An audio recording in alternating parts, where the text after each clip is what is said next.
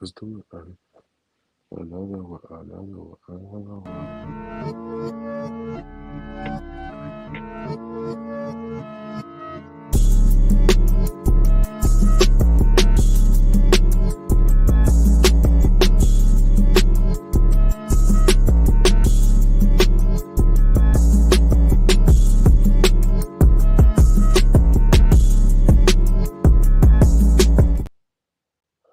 What up, CBR fam?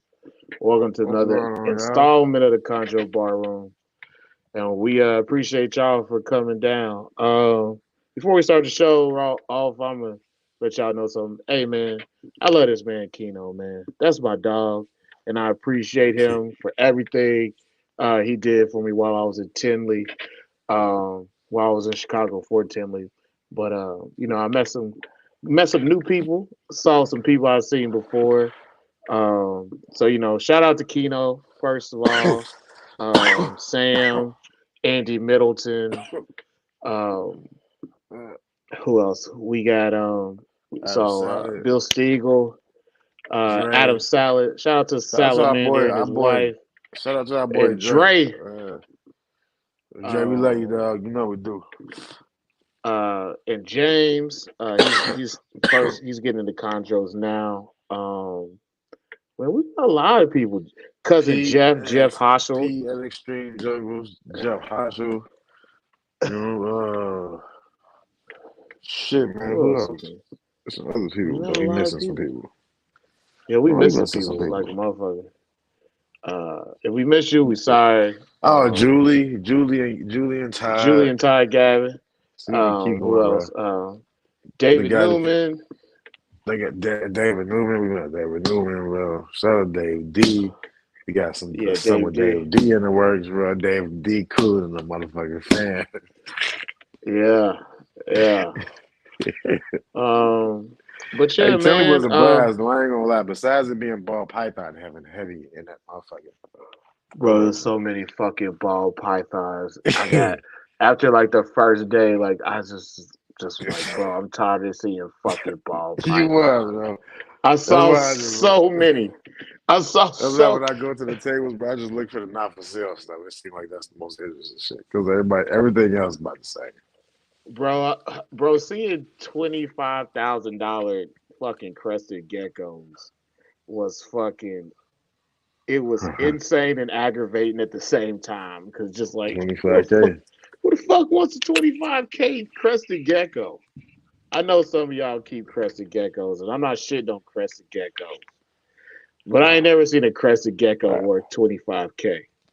Uh, at least couldn't justify it. Matter of It fact, was anybody in the comments, if y'all are in here and give us some knowledge on the gecko game and why y'all would tell us why some would be all like that damn much. who we got? We got Please, Sam in the chats. We got Randy please get P. some. Hey, Randy, I thought you was gonna post that video. Um, what's up, James? What's up, cousin Alum? See inflation. What up, Marlon? What up, Man, look, that Tyler? was $25,000, dog. Says What's brand new Toyota. You damn right. Hey, for a fucking crested gecko? some of them I can say the price is right vouch for. Like dude with that white iguana. He said there wasn't no Yeah, price on it. He said somebody offered him 75K. He turned it down. I can yeah, understand that.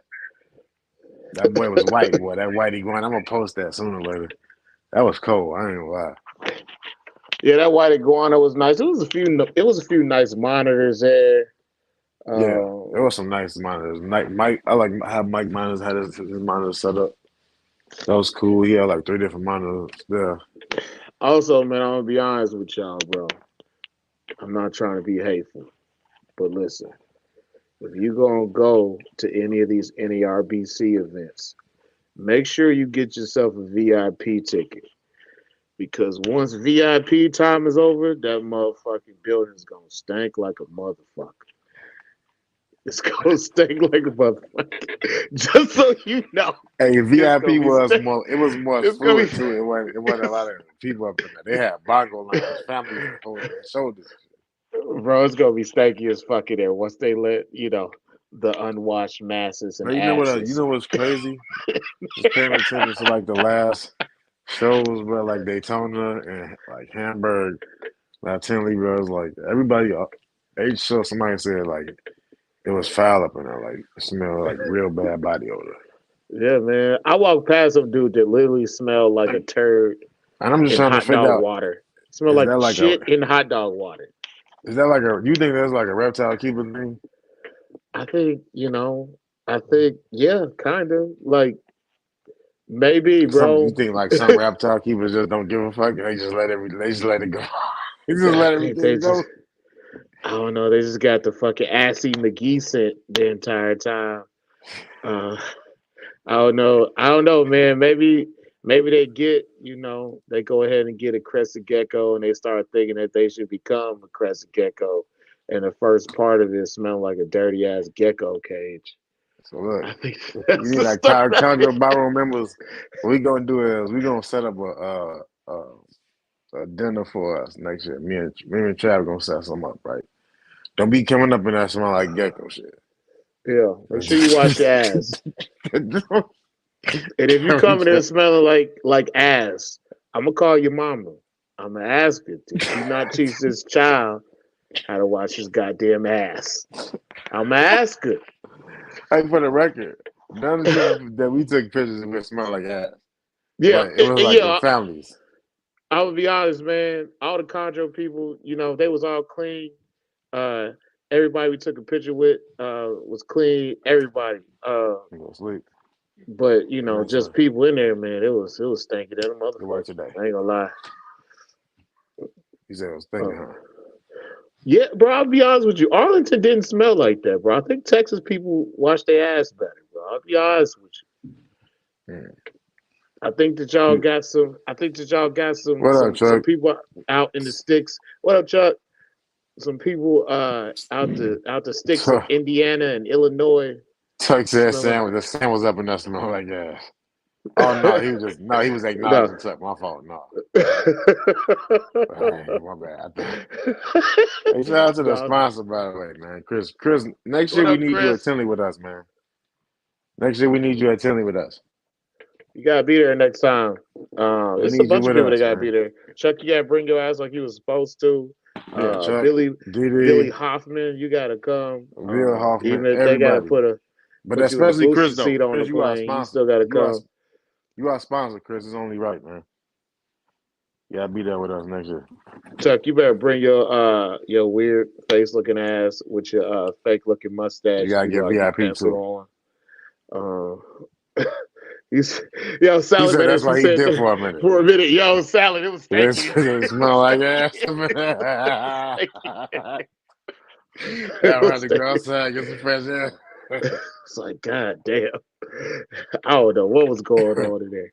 But oh no, man, it was a good time. I'm glad I got to meet everybody I met. Saturday morning Even like was right Jaffe, though. I forgot to mention Jaffe from out of Canada. Yeah, shout out Jaffe, man. We met Yeah, Jaffe too. My fault. I And met. I met Wisconsin Stricters too. I met him. Yeah, So yeah. you know what I'm saying? We did chiefing together. So that was Somebody said that, Dimitri. People said you was there. I didn't see your ass at all, I Dimitri. remember Dimitri. We kicked it with Dimitri Friday night, man. We was at the bar with Dimitri. We had a Oh, couple well, couple beers together. Dimitri I didn't get to cool, see man. Dimitri. I didn't get to see Dimitri. I'm Hey, he sorry I cool didn't and get a to see fan, Dimitri. man. Oh yeah, I saw Mikey Marsh. I think he won Mikey, a and we saw Mikey Marsh. Shout out to Mikey Marsh. the I think weirdest thing ever. Dimitri one of our resident serial killers, bro. I'm Yeah. just saying. I just remember I told you that before, but I just stamped there like official. He like that guy that just be waiting in the background and he just coming through like and disappear real smooth. You think Dimitri killed people with alleys and run off? Yeah, Noel too. Noel. Next year we need you at Tinley. We need the whole. No, We would come to like for the Arlington. whole. Come to Arlington. Arlington was better. Nah, man, Tinley, man. Yeah. Tinley is the big one that everybody come to, man. Everybody don't go to Arlington. It was. I'll be honest. This is the difference between Tinley and Arlington. So But in Tinley, you will see some of the biggest people in reptiles, like the Cold Blooded Cafe people, and like Brian Cusco, and who else? So the dude from Canova. But none of that shit matters. And I'm gonna tell you why none of that shit matters because none of those people are green tree python keepers. Um, uh, yeah, I'll be honest You with you, talking about bro. just for like, Yeah, man? All right, look, okay. So you want to keep holding up Texas? You know what? Fuck Texas. You know what I'm hey saying? I'm man, gonna don't say be it. hateful. I'm gonna say Listen, it. You know what man, I'm saying? I'm gonna go I'll be ahead. honest, man.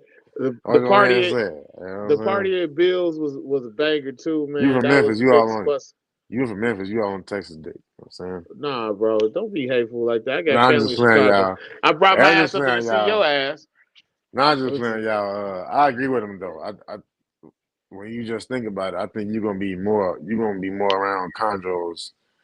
That's the one thing that me and Chad was talking about, walking through the thing, like, not having so many chondros at these shows. It just make you real like you feel like a part of like exclusive club, you know? yeah. 'Cause you don't see mass produced. You saw Gary DeMaya, he had a few that he produced. He had three of them. Cold Blooded Cafe, Desiree Mike's Stance, he monitors, had yeah, yeah. Mike Monitor had one. Desiree had one. But it was probably, Bob's man, it was like balls. Shout out to a Bob. couple. Bob's cool as shit. It was like a couple wild card shit that you saw. So it was like I probably saw about 10 green trees. Yeah, Half every of them single one of them. produced. Every single one of them was an import. Nah, In a, nah, half of them produced. I didn't see no. I didn't see. So Oh no, that is no, true. For no. urban So constrictors. no, cause Yeah, Gary DeMaya, yeah. He had three. he had three, and then He had three. there was a sarong B up on somebody's table, and Yeah, then it was Cold Blooded had a roux. They had a Captain Bear the roux they had produced. It was about but five, and the rest was wild called imports. I would say all in all, for And you my, probably you probably gonna get more bang for your Chondro buck with Texas. You ain't lie. I would say that like not even for your for just chondros. I mean, I didn't see anything spectacular at Tinley that I didn't see at NARBC Arlington besides that white iguana. That was it. That Yeah. all white iguana was like the biggest difference. Um, No, we ain't complaining. We definitely ain't complaining about like it being a lack of chondros. I think I like that. yeah, it's not a bad thing. Yeah, Um, I like that. so you're gonna I get like that you. the con, but I do want us chondro people to be having to meet up there. You know what I'm saying? We could walk around the show and see, like,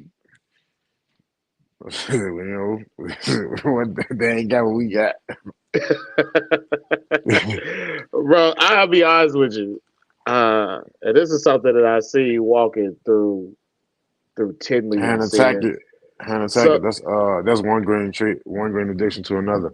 Hey, uh, next year, Tinley, you pull up too, man. I want to see you too, man. yeah. You So and the one lady thing can pull that up.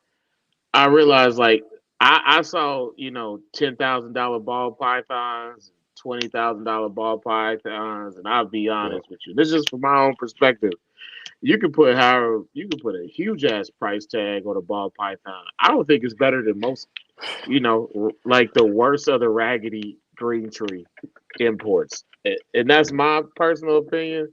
Everybody, is entitled to theirs.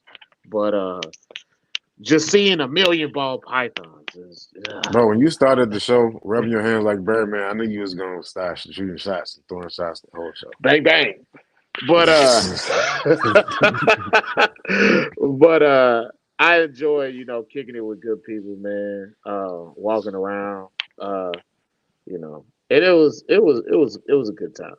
Uh, but anyway, I'm gonna give me one of them black. I'm gonna give me one of them. Hey, look, if anybody want to know what I want for Christmas, they was looking like they want to send me something. Just like, hey, we love you. We think you should have this. The one of the Black Dragons. Just, I'm just gonna put that out there. I ain't saying about nothing, but you know, that's all I'm saying. Oh, Black Dragon. That's what he wants. He wants y'all to buy him an expensive gift. That's what he wants. He says he's worth it though. Yeah, Black Dragon's nice. Dimitri is cool, man. Everything was a bunch of moving parts. It was people I intended to meet that I didn't. It was people I met that I didn't intend to meet too. Uh, But all in all, had a good time. Yeah. But So next year yeah, what we're gonna do is like maybe like a month before we're gonna get like a head count of see all the green sheep python people, the bar room people that's gonna pull up, and what we're gonna do is we're gonna get like a nice little spot set up and get yeah, y'all the we're gonna go. addresses we can get some RSVPs or something, and then We're we're gonna gonna do take the y'all damn thing. to the fanciest restaurant in Chicago. It's called Portillo's, and this is gonna be all around good time. Well, I'm gonna take them to we could take them to the. I'm gonna take y'all to the hood. We're gonna go to Harold's. You know what I'm saying? Go there. We're gonna have the Glacciano, so it's gonna be okay. No, I'm just Yeah. playing. But no, we're gonna set something up real nice. Have us a nice Chondro Bar Room dinner. Get it cracking. What's up, Kyle? All right, so we're gonna get to our guests. We've been rambling on, but we're For gonna sure, bring in the Sam. guests. Andy Middleton from AMR Boreals. He's a young guy, but he's doing big things. So y'all give it up That's for so Andy. smart. Shut up, Andy. He's my favorite golfer. You know what I'm What's up, What's up? boys? We got saying? Andy, what's what's up, up bro? going on, dog? Another day in paradise. Hey man, you look like you're living good over there. It's been a long Looking day, like but yeah, I can't You fresh complain. off you fresh off Tinley. How was Tinley for you? It was great, man. We were there Friday, Saturday, and certainly made Yeah, the best of it. Always a treat to get to catch up with everybody from all over the country, and for sure. you see a lot of the.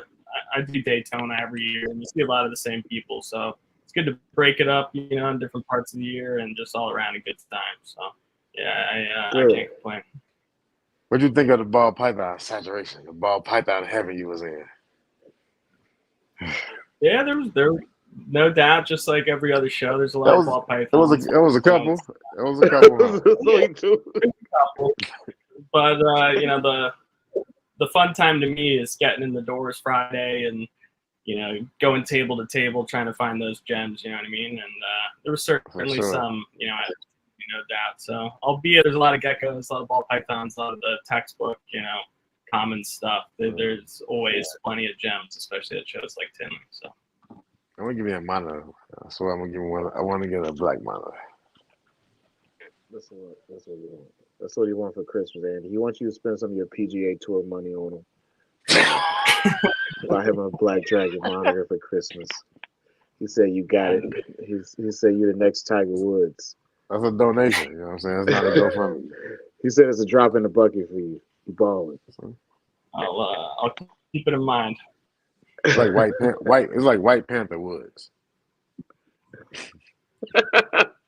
I mean, there is what is it? Is white? Was it White Wolf? A White Panther? It's one of them. Or Bucky But nah, becomes though. Black Panther. It's one of them where Nah, Bucky becomes Black Panther. I forgot what the name of it is. Is it White Wolf or White something? I don't know. But nah, actually, that was my second time kicking with Andy. I met Andy back in 2019. When he was 12 years old. No, he probably was. But nah, he was cool back then. He was cool now, man. It was good. It was good to see you again. Catch back up. Yeah. I enjoy kicking it with you, Andy. Yeah, likewise, man. So another thing about Yeah. Tinley, all the great company. I went down with Pete and Sam, and I couldn't have better co-pilots and people to go down with. Yeah, man. Shout out Pete too. Shout out to Pete. Yeah, Pete cool, man. Pete cool as hell. And Sam, everybody knows Sam. Yeah. Sam cool. Yeah. Fan too. Sam is fucking Eagles hats. Sam don't leave the house with a fucking Eagles hat on. But what else? He'll be all right. Yeah. That's So all, let's man. Just catching up on Tinley. Let's get into it. let's get into it. All right, Andy. So where you from and where you currently living now, man? Yes, I'm from just out of Chicago. I grew up there for 11, 12 years, and then moved out here and haven't left. So I'm in Connecticut at the moment. Okay. So Sad town. You know what I'm saying? So let's get into it with you and your history of reptiles. So, when did you first start dealing with reptiles? How old were you? And when did you get your first green tree? Sure. I mean, I've been into reptiles as long as I can remember. That's for sure. First YouTube account I made as a kid was Andy Panty Lizard, and I must have been, I was 4 or 5 years old, way too young to be having YouTube and what have you. But, I kept leopard geckos here and there, growing up and what have you. And it wasn't until I was probably 16 or so, and I went to the pet store because I wanted a pet fish. And they had veiled chameleons there. I scooped one up and got into the chameleons for a while. Within probably a year, my whole bedroom was lined with screen cages with panther chameleons, veiled chameleons, all that fun stuff. And when I was, right around the same time, I got my first ball python. I went through the motions, first pet snake, and had a great time with that. And then when I was 18 or so, I got Where a you new got it carpet from? python. Like a pet smart or something?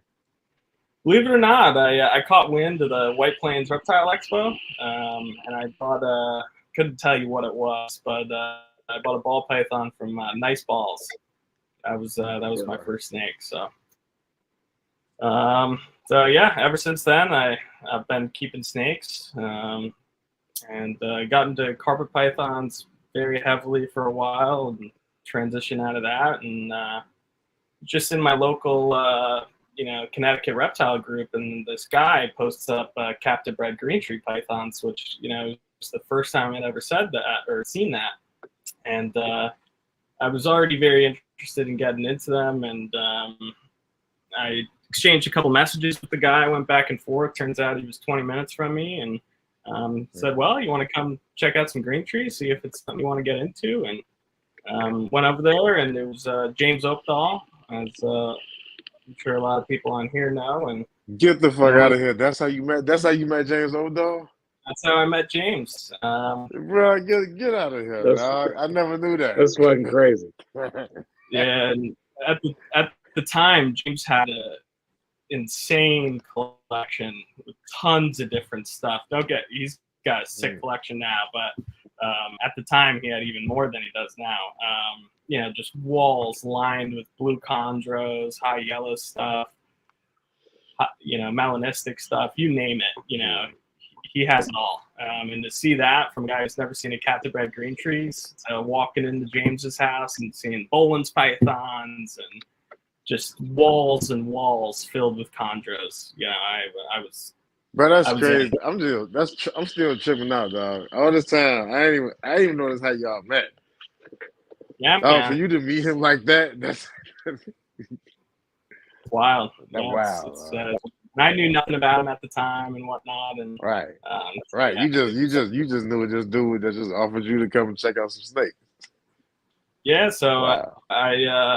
I left home that day with my first chondro, and shortly thereafter I was back picking up my second and my third, and James took me under his wing and kind of taught me everything I know today and introduced me to a lot of people. So yeah, I couldn't be more grateful, that's for sure. So then, how was that been? When you mentioned Oakdahl, like take you under his wing, how long did it take you to catch on with like what he was like giving to you, like do this, do that, and what's some key points that you've taken from that?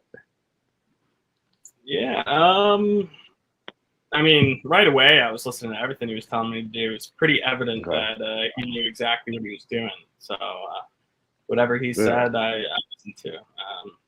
And he taught me everything. It's hard to even say, one thing, and I still learn from him every day. Just all the basics, and how to get your head out of keeping just generic pythons and really dialing in the chondros and everything that entails. And, getting your rooms dialed in to be chondro specific, so to speak.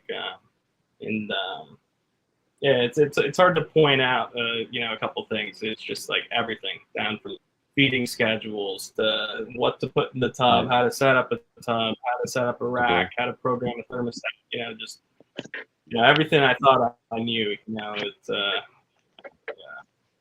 took a little bit of everything from them. That's for sure. All right, Andy. So your first foray with keeping green trees, what was your husbandry like at first, and what changes have you made over the years? Sure. So the first chondro I had was in this exact room I'm sitting in. Like I said earlier, I was big into carpet pythons and various Indonesian pythons, mostly carpets at the time. So, and I was breeding carpets, so I had all the baby racks and all that fun stuff already. So it went straight into 6-quart. I was probably keeping them a little cooler than I do now when it comes to Neos. I was probably keeping around 83, 84, but we'll get into that.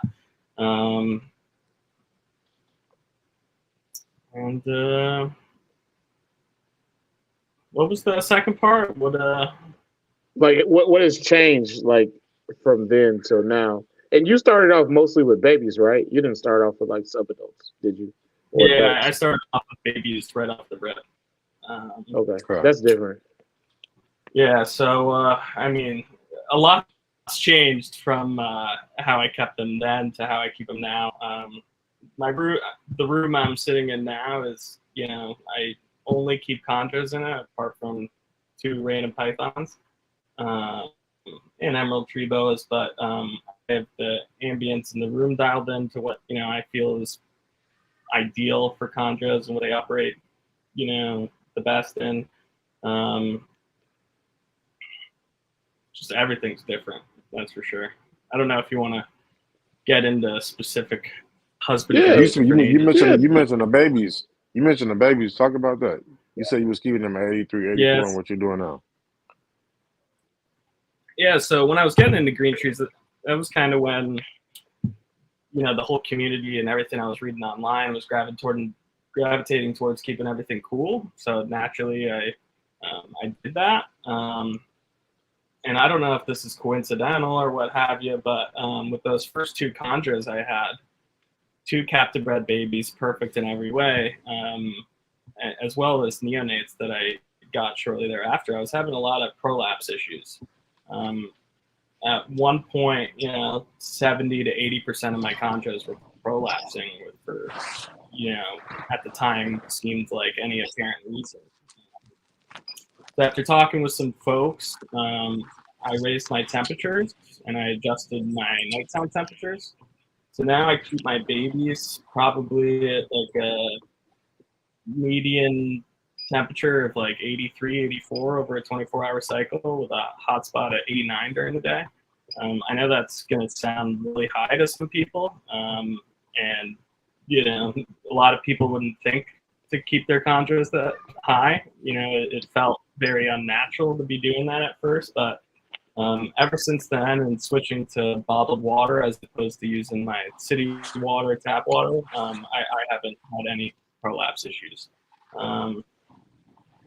So I think it was something to do with the water quality I had at the time and the temperature I was keeping them at. But ever since I made that change and got dialed into that regimen, that's when everything turned the quarter. And I lost a few snakes, just because some of the prolapses were so bad or secondary infections, what have you.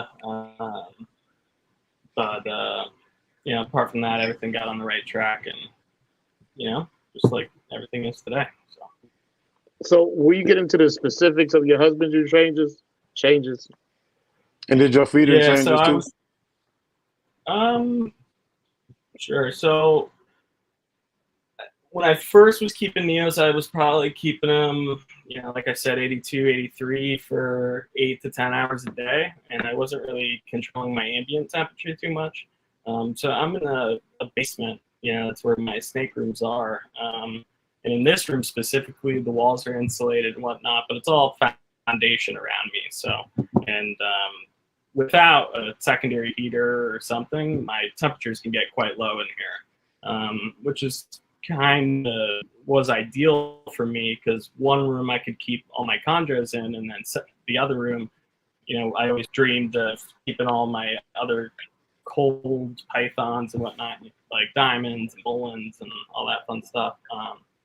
So when this became like my chondro room, I got an oil-filled 1500 watt radiant heater plugged into a thermostat, and it's set to 76. It gets up to 76, 77 or so during the day for 10 hours or so, and then it drops to 73, 74, you know, over the course of the rest of the 14 hours. And it's got a slow ramp up and a slow ramp down, but that has worked really well for me in my present situation.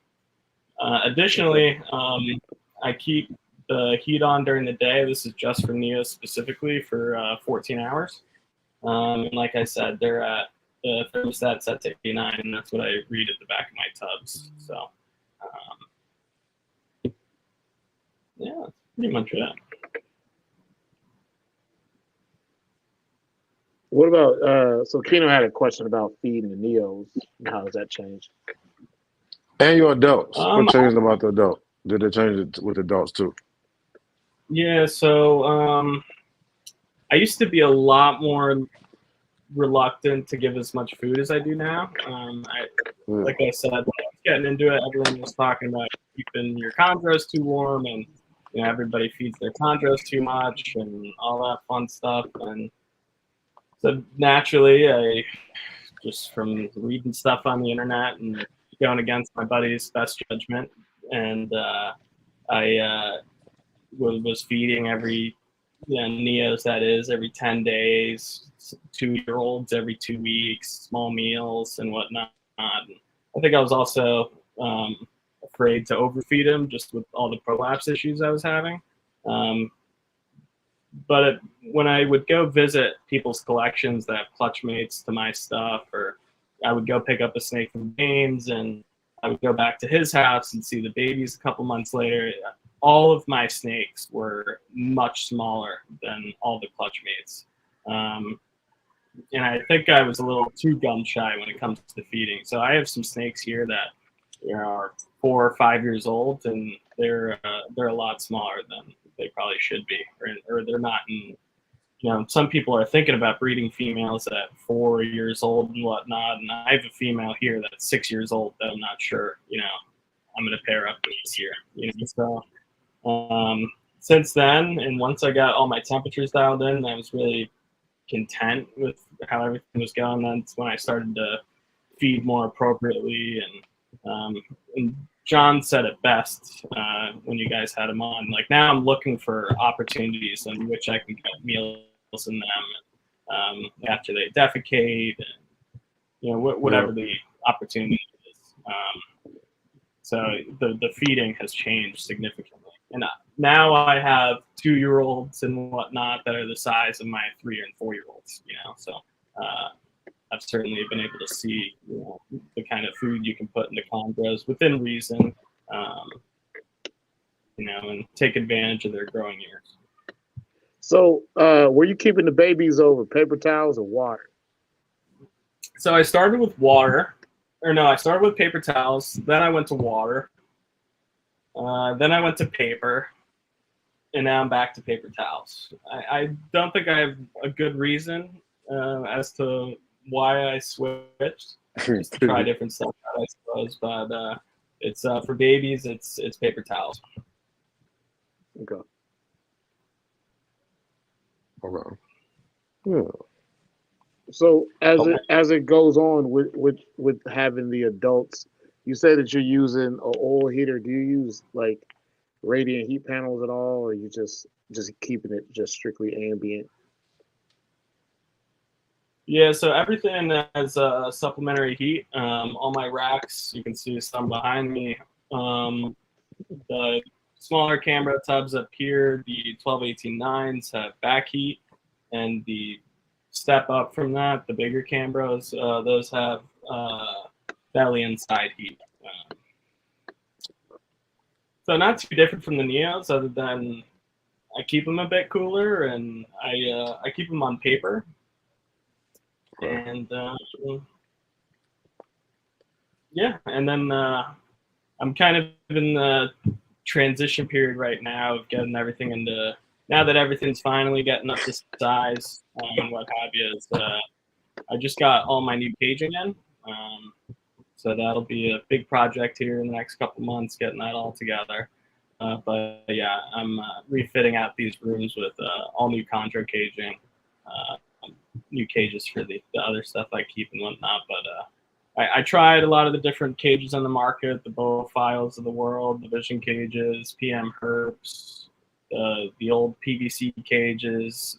And don't get me wrong, every cage has they're slightly different, and some have their good qualities and whatnot. But after seeing a lot of different models and everything that the market really had to offer, I just decided to do my own custom moving. So everything will be in 1/2-inch PVC, radiant heat panels, and paper. Okay. All right. So you met James. So you talk about all this game. That's rare because you get your first chondro and you go home and put it in a 6 square tub.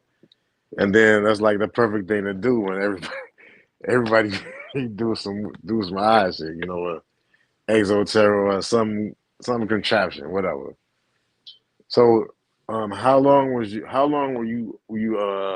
up on the old dog before you really start thinking like, man, I want to make, try this breeding thing, transition from keeper to a breeder? Well, yeah, I got that first chondro, and it was just going to be my pet chondro amongst all my carpet pythons and whatnot. I'm just a guy at heart, and then I just fell in love with them. They're just, it's hard to get bored with chondros. There's either something happening with them or, I just fell in love with them. That's what I wanted to work with. So, yeah. Yeah, sex light time. I had to cut on my sex light for Keno. I forgot to cut it on. Yes, the mood light. Teddy Pendergrass light. It was very quickly after I realized that I wanted to build a group of chondros and make the chondros I wanted to own. All right, so then me and Chad was talking about before before the show. You had your first clutch, right? So it was what, pure BX? My first clutch was a BX female to I'm not really too sure what the male is. I just call him an undocumented male, but he was a yellow, probably a Sabrong or something along those lines. Okay. Both long-term captive animals. But yeah. So how did that go? So walk us through your first breeding season. Yeah, it was. It's hard to say it was on my own because I had all the people I began to know. I had James in my back pocket, and I was constantly on the phone with everybody, running everything I was seeing by him. But it was. I don't want to say it like this, but it was kind of a walk in the park. I put the ball in, and he went right to work and did his thing. He's turned out to be a really aggressive breeder, and female did everything she was supposed to. Had a big ovulation and had her prelay shed. Nothing really was out of the ordinary. So everything pretty much went textbook. Once she shed and I could see she was getting close to actually laying, I put towels in the bottom of the cage, like bath towels, that you use in the bottom of the cage. Put a elevated water bowl in there, and she went right under the towels and laid her eggs, did her thing.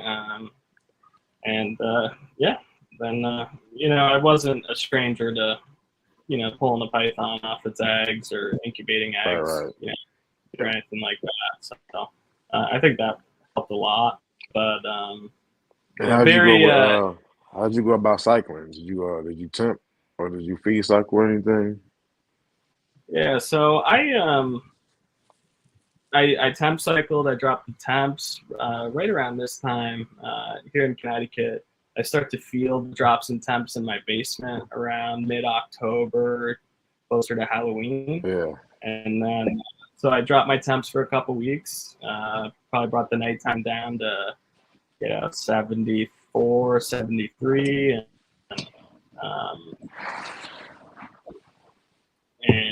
And they did all the work, so all I did was temp cycle. I didn't food cycle or fast them or anything like that. Just gave the female meals at the right time, and they did all the work. So how did it go with incubation? And what type of incubator did you use? What type of egg boxes did you use? And substrate as well. Sure. So I always had sim containers. My first carpet python clutch was incubated in a sim container. John with sim is local to me. I see him at all the shows locally, White Plains, what have you.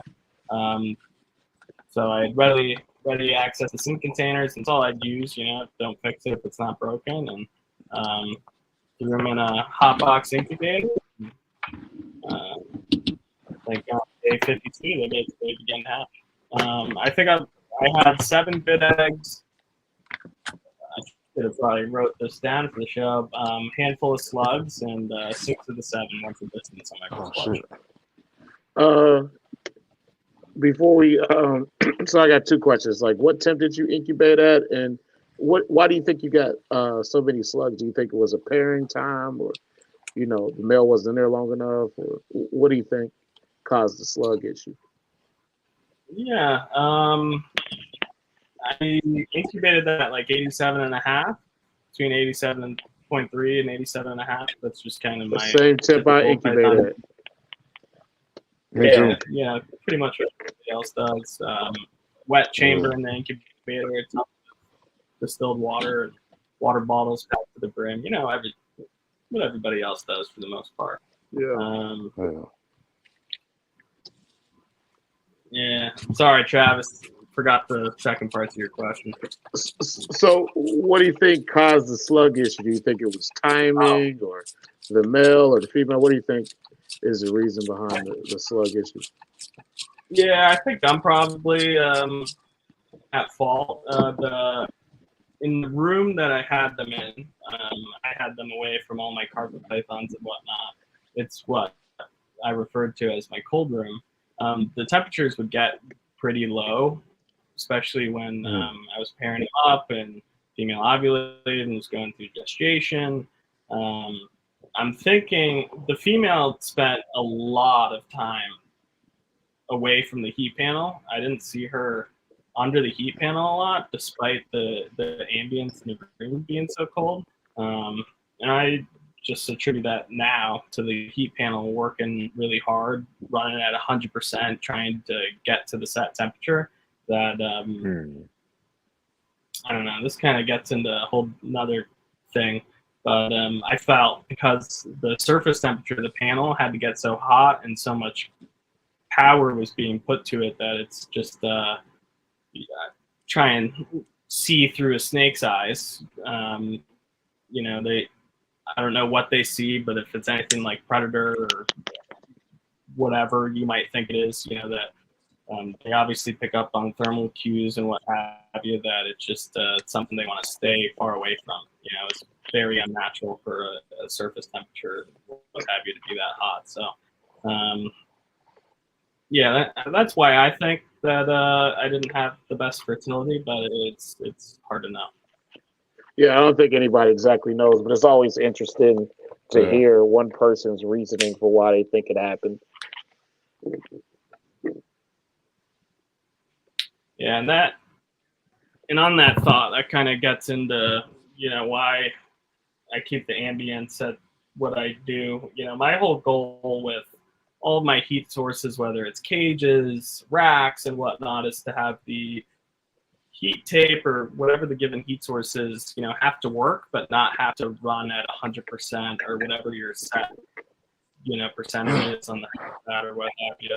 I try and not have it have to go about 60, 65 percent. This fucking dude. Keep going, Eddie. I'm sorry, That's man. my asthma fault, man. Fucking keto. Asthma. You're a liar.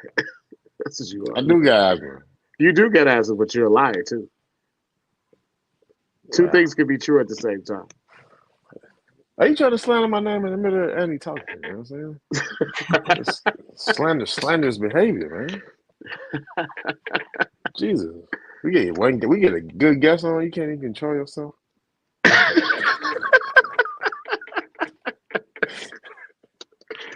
All right, Eddie. I'm sorry, man. Keep going, man. Hey.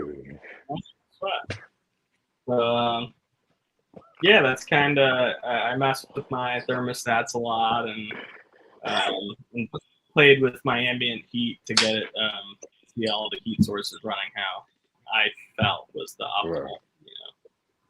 Yeah, that's smart. I mean, I think that you kind of got to go through the trial and everything, especially because everybody's location is different, so your ambient is going to be different. Overcoming is going to be different. So I mean, the fact that you play around with it a lot, you're gonna learn something for somebody else. Yeah, like James keeps his snakes in the bottom level of his I house, was and I gonna say keep my something, snakes but never mind. the bottom level of my house, but even our rooms don't act the same. It's you kind of just gotta figure out what works best for you. Yeah. Vents play a part in that too. Where your vent location is, which angle is blowing. Sure, how you're circulating air in the room, if any. I'm sure you can hear it, but I'm ceiling mounted fans in here blowing air everywhere. That's mostly because I run a heater and just trying to keep the temperatures pretty consistent top to bottom. It'll never be perfect, but as much as possible, it seems to help. What up, Pete? What up, Mike? So how did your feeding trials go with that first clutch?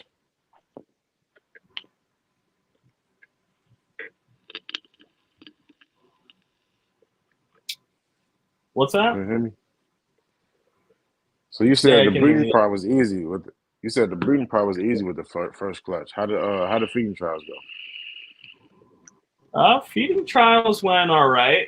There was a couple tough ones. Number 4, I still, I'll never forget that snake. It was the first snake to shed and eat, and it refused to eat after that. I would get it to eat, every other time and whatnot, but yeah, that was a frustrating snake. But yeah, I got them all to eat on the first try. And there was a couple that were a pain after that, which is kind of odd. But yeah, I didn't have too much trouble getting them established and getting them going. Good. A lot of the same tricks work on chondros that work on baby carpets. The tease feeding techniques and what have you. It all carried over. So yeah. All right, quick. What's the difference between keeping carpets and chondros? I know you said you was heavy with the carpets first. Yeah. So although I keep them differently, I still keep. I don't know if you lump diamond pythons in with carpet pythons, but I still keep 2 pairs of diamond pythons. Other than not worrying about humidity and the night temperature, I'm confident I could keep a content carpet collection the exact same way I keep chondros. Mm-hmm. So I kept them differently, but that's just because Peter and Buddy say way different. What I was working with at the time. Okay. Well, so I got a question for you. In terms of establishing the babies, how many different phases of aggravation did you get through with the babies, and like how often did you have to change your methods in dealing with establishing babies? Yeah, so every snake, when you're going through a clutch, you guys know this. Every snake has its own little cue, or there's one little thing that works for each snake. So right off the rip, I try everything on unscented pinkies. That's what I did the first time around. I start everything on chick down, regardless. If it's all the first meals have chick down on them. But my first clutch, I tried unscented within the same feeding trial. Normal pinks, they old red hot pinks. That wouldn't do the trick, or I saw a little bit of interest, or they would grab it and drop it. I would put chick down on it, and then usually the ones that would drop, that would solve that issue. And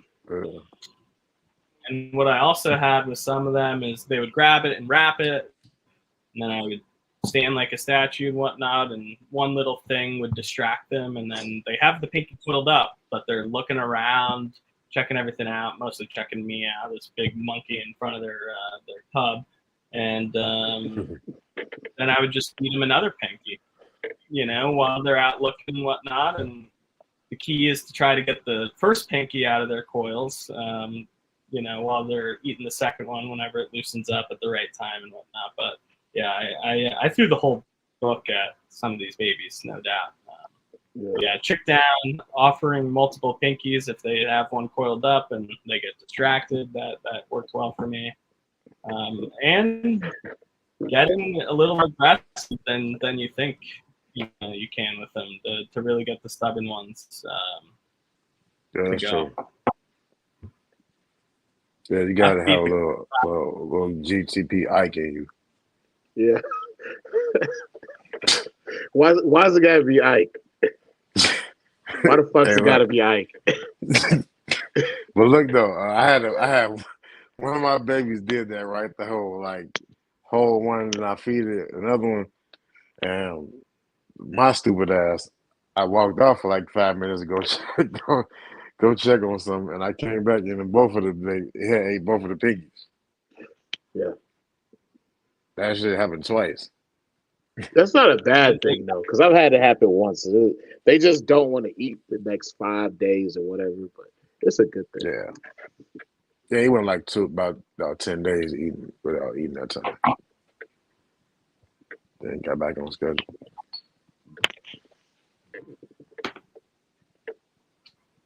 So did you have any abnormal issues or things that you learned from your first clutch that you would try to correct? For instance, I had this weird thing with like a few of my tubs where they would get this weird pink stuff in them. And I would clean the tubs like every 2 to 3 days. And what I realized is that they just weren't getting clean enough with rubbing alcohol. So I had to change cleaner. So did you have anything like that you learned from the first clutch that, you will start off from the beginning with the second clutch is, correcting that issue or just doing something completely different? I would say at the first clutch, I kept a lot drier than the second clutch. The first clutch, I didn't have too many issues just keeping the paper towel wet. Here and there you'd get the odd green color or whatever just from keeping paper towels and 6-quart tubs wet, for extended periods of time. And so I certainly dealt with that. But on their second sheds, they were all yellow babies. So for me, it would be tricky to know when they were going into shed. And so if I didn't know they were going into shed, and if they didn't have a soaked tub, they had crappy sheds. And there's nothing worse than a fresh Chondro Neo that has a stuck shed on it. You have to do something about it, or else they get blisters, as I learned and experienced, and it's just got to come off. So I don't leave any chances for really fresh Neos now. I keep them pretty wet all the time. Okay. With plenty of ventilation, of course. So then what was the pairing on the second clutch? So the second clutch, the first clutch was like a sarong type to the Biak. The second clutch was my Dave D male, which is at a Sky Topaz and a Cyclops sarong. It's a blue line outcross male. And then the female is a 07 Greg Maxwell Pygar Sheila. So blue line outcross clutch, but it was an all red clutch, and the babies have been a pleasure to keep. So no complaints. How many did you get out of the clutch? So I had 3 fertile eggs, and they all hatched. Nice. A lot of slugs and poorly calcified eggs that were. And I even had some fully calcified eggs that were infertile. Okay. Yeah, that was rough. You got them 3 going though. How those 3 doing? They're doing great. So the female is actually owned by a good local buddy, Aaron Robles. So he dropped his female off here a couple years ago, and I tried her the first year with my male I got from Pedro, and that didn't go. I remember the first time he posted he posted out of nowhere. Right? Yeah, the snake that Francis produced. Yeah. So I tried those 2, and he just didn't show any interest. He just wasn't ready. And the Dave D male was just roaming the tubs, dropping plugs, doing everything ready to breed male was doing. So I put him in, and he went right to town. So, as far as breeding and courting between these 2 clutches, did you notice anything different between the pairs as they were courting and breeding? It was pretty similar. Thankfully, I just had 2 males that were ready to go. In the Greg Maxwell female, I'm looking at her right now. She's a big girl. She's had rats her whole life. Nothing wrong with that. But medium rats, and she's a really big girl. But as a result, I find it really easy to read her and gauge where she's at. So I saw that it looked like she was developing a little bit, starting to grow some follicles, and she was turning her coils over. It was very dramatic. Like it was hard to miss. And I knew she hadn't copulated with any males or any breeding behavior that would probably lead to that. So I put the Dave D male in. Within an hour, he was locked up. So it was pretty similar, other than I found the Greg Maxwell female to be easier to read and see where she was at. Okay. So going forward, what are some things that you want to do future breeding wise? And do you have a plan? Do you have a desired, phenotype? Do you want to do some type of line? What's Andy's plans for the future? Andy's plans. So I certainly have a lot of ideas and stuff I'd love to see come to fruition. A lot of the stuff I'm raising up now is blue line stuff from different lineages and whatnot. A lot of the Daddy Pants, Timor's blue female animals, which is represented in Blue Deuce, and the animals I have from Crazy. So I plan on breeding that stuff a little separate from my Mr. Blue Carolina stuff. Kind of outcrossing it, and then in the next generation bring those bloodlines together. So that's kind of my plan when it comes to the blue line stuff. I have a couple of different odds and ends. I've got some calico stuff I'm raising up. But yeah, my main focus is the blue line. With the eventual goal of accomplishing the Chondro dream, which is producing a super blue. So that's kind of what I'm after, and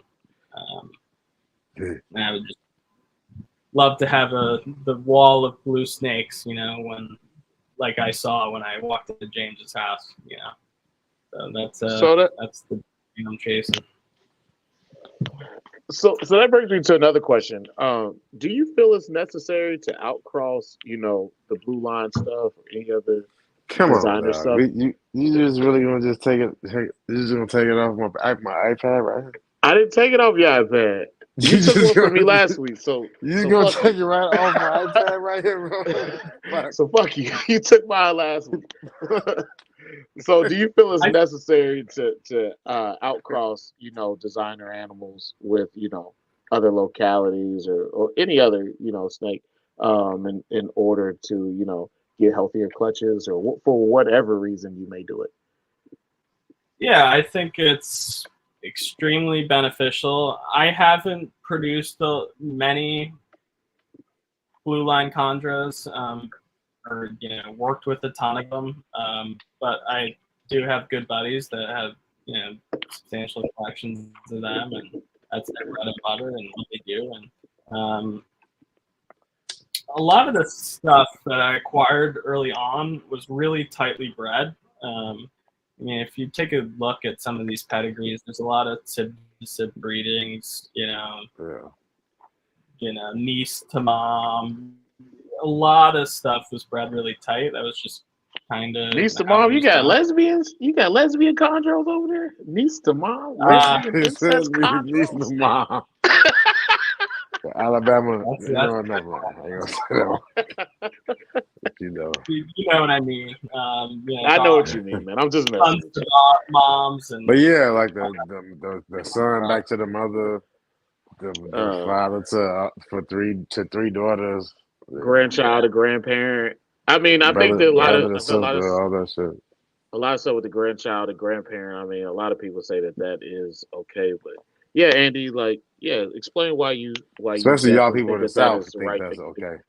and Man, so shut I your mean, ass up.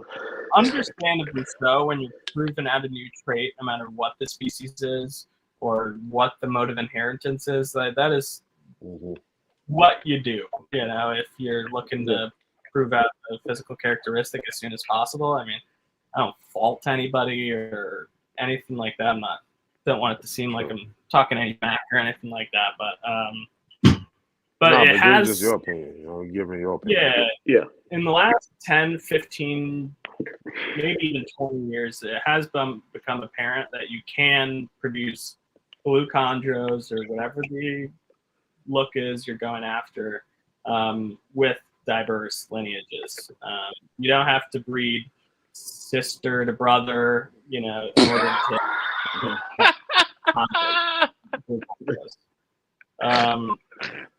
I think what comes with that, I don't have any data to back this up or anything, but you would think that you would get more fecundant clutches, and it's just, and you never know what you're gonna bring into the mix that could totally pop something out crazy. You never know what's gonna happen when you breed something to a VDOC. You get a pretty good idea. You might get some yellows, some might phase, whatever you want to call it, stuff.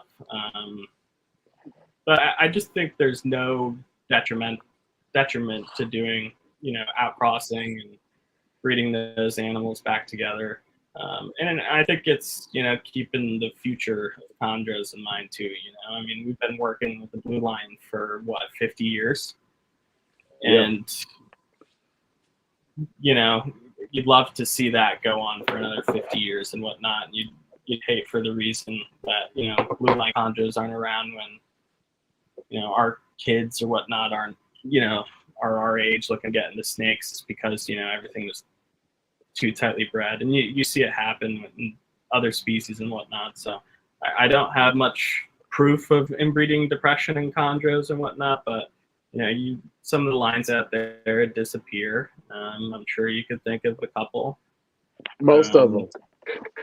Yeah, it's just the females, for whatever reason, don't produce fertile clutches, and they just die off, and the line goes away, which is a shame. Yeah, I know. When I've talked to more seasoned breeders, like they have acknowledged this this fact that these animals probably need to be outcrossed. When you talk to people that generally think that they don't, realistically, I feel like I'm talking to somebody who is newer and has a lot of room to grow. like people that are in like my spot as far as experience, where they just haven't seen it as much. And I think if John Irby and James Oakdahl and well, not James Oakdahl, but John Irby and Dave D would tell you, hey, you need to outcross these things. Um, that seems like more sound advice than somebody saying you can just breed these tightly bred, this tightly bred pair together, because they've probably seen the results of these things. It's probably not favorable. Yeah, yeah, exactly. I mean, James is a big proponent of outcrossing, and he does it often. He practices what he preaches, and I think the results speak for themselves. You can outcross and get amazing chondros, doing so. But like I said, I don't have a ton of experience, raising different clutches from sib to sib pairings or outcross pairings, whatnot. So I can't really speak to the actual results or anything, but these are just kind of the things I pick up from the people I look up to and the people I talk to on a regular basis. Yeah, we feel you. So all in all, could you please, we had the question earlier is if you want to do like a line or something. Is there Andy's line, or something like that you want to do? I don't really think so. I'm kind of. I was about to say. I'm working with Blue Line and Calico stuff. I'm not gonna. I don't know. I don't have any grand plans of starting with a big group of locality animals and making my own design or line or anything like that. It's kind of just picking up the ball and running with it and seeing what I can do with it. And at the end of the day, all I want's a blue fucking snake. It's all I want. So I got one goal and one goal only. Yeah, so we'll see what happens. If I can accomplish that goal, produce my own super glue. We'll see what goes from there. But you never know what could happen. But right now, I just I enjoy a lot what I keep with what I'm keeping. I'm keeping all the bloodlines for the most part that I really wanted to get my hand on. So I'm really happy with the group of chondros that we got together. Okay. So I ain't gonna lie. I'm kind of disappointed with that cage behind you because James got everything all handmade by that fine wood he over there is all craftsman made. You got this. You supposed to have it like James do. Yeah, it's all plastic right now, all PVC. But James. Hey, so have you? I've seen James post videos. Have you seen him like create one of those? Yeah, so he just built all my chondro cages. The ones I talk about that I'm going to be assembling and whatnot over the next couple months. I built my Bolin's cages with him. I've seen him at work, no doubt about it. And so he's an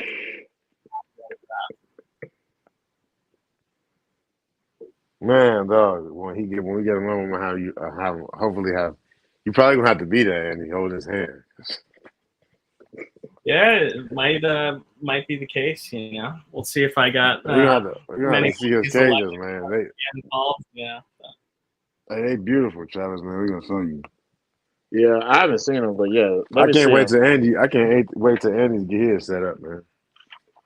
Yeah, mine are all PVC, just what I wanted, but my big displays, that are going in the cold room, those are the wood facade and all that fun stuff. So yeah, I can't wait.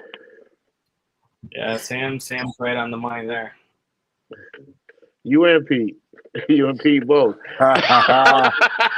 Hey. I'll let Pete start his own line, and we'll be happy to support his jumping spider endeavors. Y'all was on them jumping spiders for sure. Yeah, if you're at Tinley, you know what we're talking about. But. Yeah, For real. if you were there, you were there. That's some insider shit. But Andy, I got a No, you question know. for you, man. So being a younger guy in the chondro community, how do you feel that it's working out for you as far as reaching out to people, connecting with people? How do you primarily reach out and like actually just be a member of the chondro community? Is it through correspondence or phone calls, or is it through Facebook groups or what have you? Yes. So when I first got into chondros and had the bigger collection than I do now, I was all over the Facebook groups and giving everybody advice on stuff I had no idea what I was talking about, and everything. He was one of them motherfuckers. And over time, I don't even post in the groups anymore. I don't really engage in them very often. It's just I just don't have bandwidth in me these days to at the moment to Peter's stupid, bro. stay up on date with all the drama and whatnot that comes up all the time. But meeting James,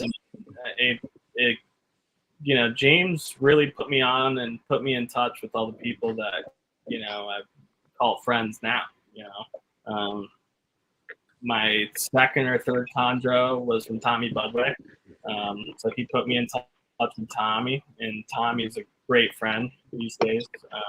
One of the best blue line collections out there right now. Yep. So that's how I met Tommy. It's how I met Christian Stewart. James and Tim Morris. James introduced me to the vast majority of people that I talked to, and that I've gotten snakes from. And then of course, just being a member of the community, you come to know who's got what, and and reaching out to people and being a decent human being. It seems to work out. So I met most of the people like in my circle now through James for sure. Yeah, really took me under his wing, no doubt. Okay. Pete. You see Pete down at Wilder, man. Yeah, Pete.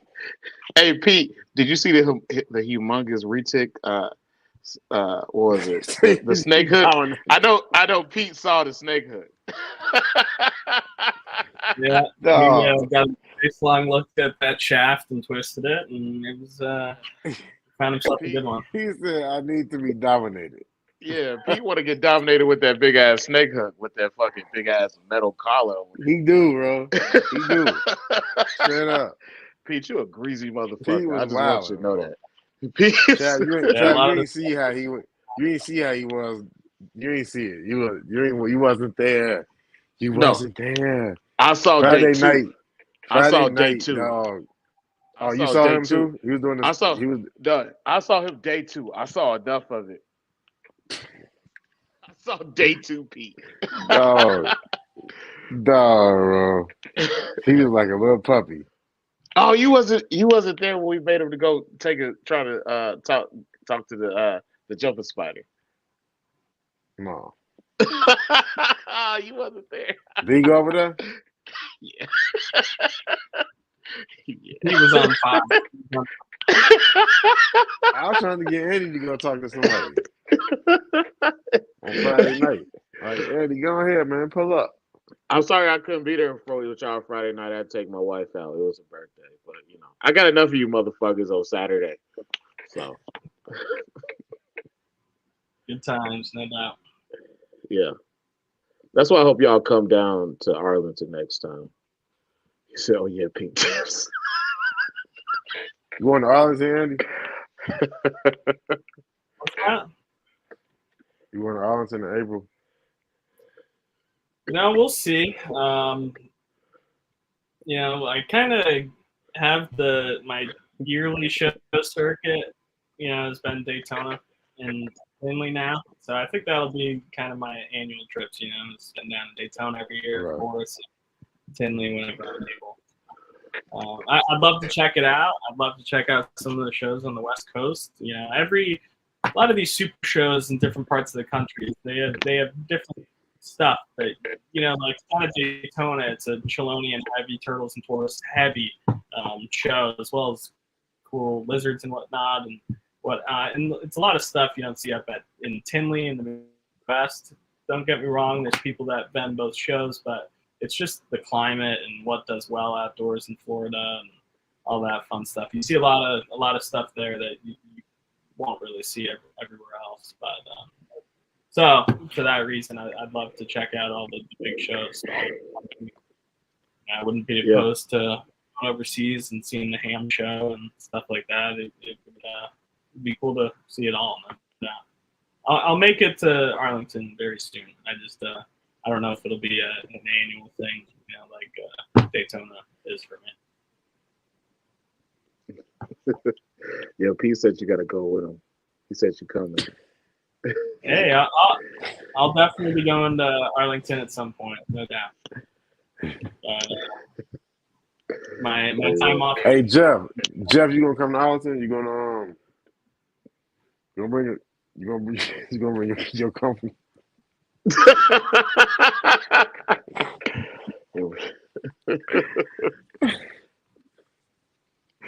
Jeff, you gotta come, bro. He'll come. I talked to Jeff on Saturday about some stuff. So I think that we can get. Bro, Jeff gotta come to Tinley again, bro. Yeah. Bro, what's up, Andy? You gonna come to Tinley next year too? I'll be there. We're gonna have a dinner. I don't know if you might not. This might not be as white collar as the other one, so you might have to go with the white collar folks. This is gonna be kind of like a. This is gonna be a greasy party. This is gonna be a greasy dinner. Yeah. It's gonna be fun though. And I'm not opposed to Portillo's. I love Portillo's. That's my spot when I go to town. Hey man, who don't fucking love Portillo's, man? That's the first meal I got when I got off the fucking plane was Portillo's. Oh, you gotta get some Portillo's. Yeah. We might do it there. You know what? We'll probably do it at Portillo's. And they got beer. We get fucked up at Portillo's. What you saying? I had to teach Sam and Pete what a dipped Italian beef sandwich was, and Pete likes it wet. Yeah. That's all I've got to say on the matter. I mean, I feel like Pete was trying to do a whole lot of beef dipping anyway, so I said that too. I say if Pete like it wet, it's a lot worse character traits that you can have as a person. I agree with you, Pete, on that one. I like mine's wet too. Like it, I like my beef sandwiches wet. Gotta get it. Gotta get that thing sopping. He said he like his beef hanging out the bun. It gotta be dripping. It gotta be dripping. It gotta be dripping juices. That's all I'm saying. You ain't never had a good Italian beef, Travis? No, I did, man. So you get it dipped, and it's just something. I had my dip. I had my dip, and I had the cheese in it, man, with the sausage on it. It was good. Yeah. Get that thing soft and wet, man. Yeah, wet bread. Glorious wet times. Buns. Glorious times. All right, let's get back to some more Chondro questions. Come on, Pete. What is Pete? Pete he likes wet beef chat. Pete is acting a fool, man. Hey man, they came here to roast you, Andy. You got to talk shit back to him. All right. Tell me for sure though, Jeff. You gotta bring your mustache and your friend. Yeah. and your friend gotta come with the hook. Your friend gotta come with the hook. Hey, matter of fact. Hey Jeff, yes or no? Did y'all get that back?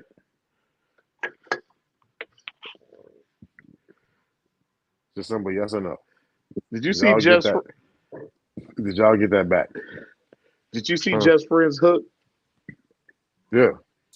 I did. I look. She got me beat.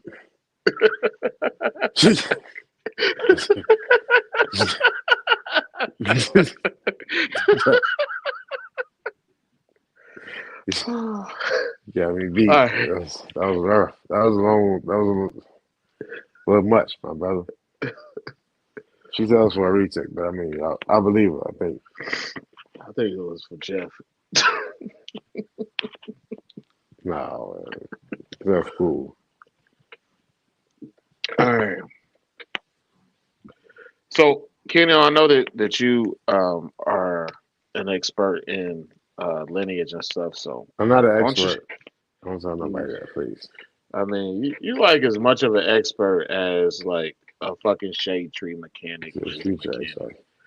So, like, get it, Andy, with some questions about Did you just call me an high. alley? Did you call me an alley mechanic? I said a shade tree. I mean, y'all don't got shade trees there, so you an alley mechanic because y'all got alleys and shit. Uh, That's crazy. but here, So what led you to the Francis animal? Because I want to talk about that one. Because that one got the 051AA blood too, right? Yeah, it's got a lot of good stuff in it. That's the blood everybody desires. Yeah, it was really when Yes, I I got was the back scratch. where I was with Chondros. It was I like probably the get my first time back scratch, matter of fact. I'd seen a high quality, animal of that caliber posted, and it had the phenotype I was looking for. It's got a bit of black. It was really black at the time, but a bit of black, bit of blue, bit of a light base color, and just calling my name. It was the phenotype that I was after, and it was stacked with bloodlines, and it's kind of a no-brainer for me. okay. I don't know where Keno went. I think he went to go get his lightsaber. He's probably going to people on it. So I was digging around on your page, and I saw some very very beautiful animals over there. Andy, you didn't start off with imports. You started off going straight to the top, which I feel like that's real cool. Yeah, my first chondros were captive bred, and it worked out. Yeah. Whenever Keno gets back, hey man, how was y'all drive back, man? Because I know y'all had a long drive back. It was can't complain. Well, 20 minutes into our drive, we had some car troubles, but thank gosh, Sam was there, and Sam knew what he was doing, and we had to make a mad dash to the auto parts store before they closed, and thankfully they had all the parts in stock, and so we were in a church parking lot for an hour and a half, taking apart and putting back together Sam's engine, but it worked like a charm, and we were off to the races. I had a very pleasant drive back, mostly because the boys let me sleep, and I slept all through the night, and they were adamant on driving, so I had a very pleasant drive back. They didn't trust you because you was the baby of the group, so you actually looked out. Hey, I put my time in on the way there. I had the graveyard shift, through the teeth of the night, and but yeah, I was sleeping like a baby in the back seat, and didn't wake up the whole night. Sam said, I apologize. I had to go get my what's name, my oh, you got one of those? I got one of those downstairs too. My red line. This thing wrong, bro. Yeah, it's nice. Get back there. You know what I'm saying? This is perfect for dads. Dads with hairy ass backs. Oh, I don't got no hairy back. I got a smooth back. Mm-hmm. Pause. Yo. You gotta clip that. No, bro. No, bro. Smooth back Keno. I said, pause, bro. Yo, hold on a second. Let me get in the chat. Hey, so what's the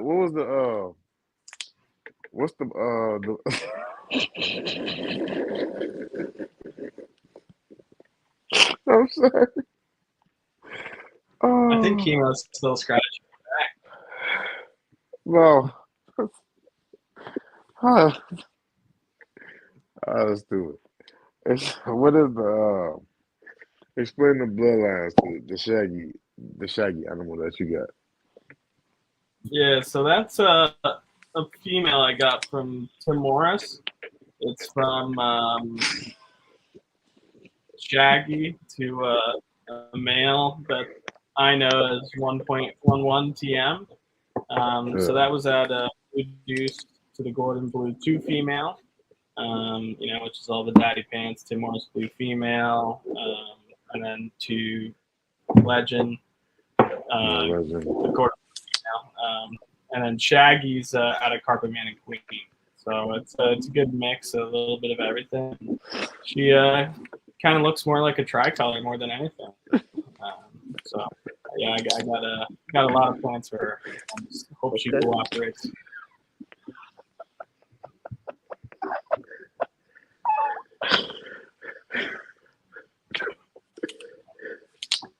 Yeah, I was an asshole. Bro. You said it, bro. I said pause. I said pause. Yeah, you keep yourself. Smooth back.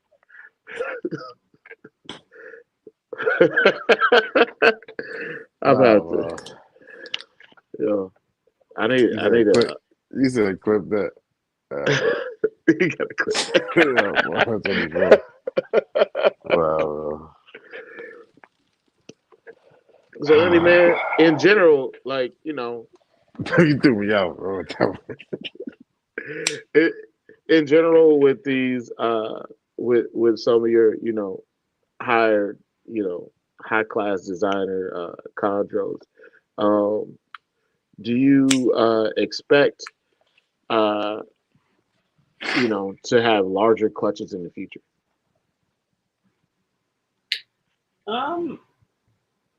I think so. I wouldn't attribute it to them being locality versus design or anything, but I just feel like I've got things. Every year I feel like I get more dialed in, and the more reps I get and going through the cycles with females and whatnot, I feel like I pick up on something every year.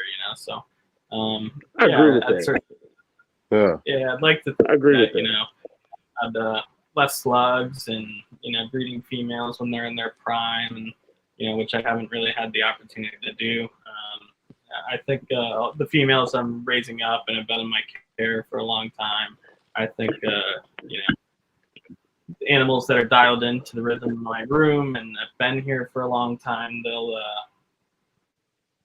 I'd like to think they're gonna fit right in with my whole breeding regime and have good clutches.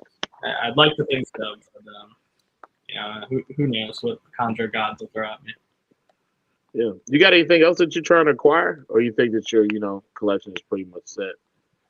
Yeah, as far as bringing things in. Yeah, so I've been pretty picky with the stuff I brought in, and if everything goes according to plan, which it never does, when it comes to chondros, that is, I can hypothetically breed for, with the projects I have,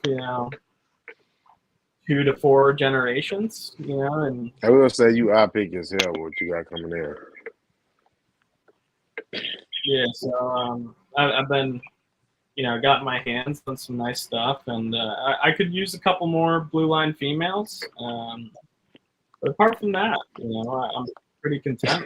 Just a couple more. That's all.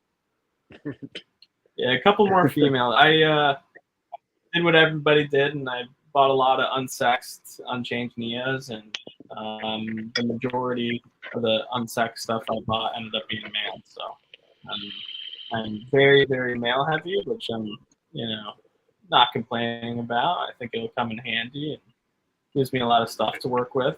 When all my females are ready enough to size. But yeah, I think to, achieve what I want to achieve or produce what I want to produce, I could use a couple high quality females. Yeah, a couple. So what'd you do with the males? Did you keep all the males that you bought as neos that eventually shed plugs on you? Yeah. I've kept them all. I haven't sold anything, and I haven't really had the need to. Space hasn't been too big of an issue for me.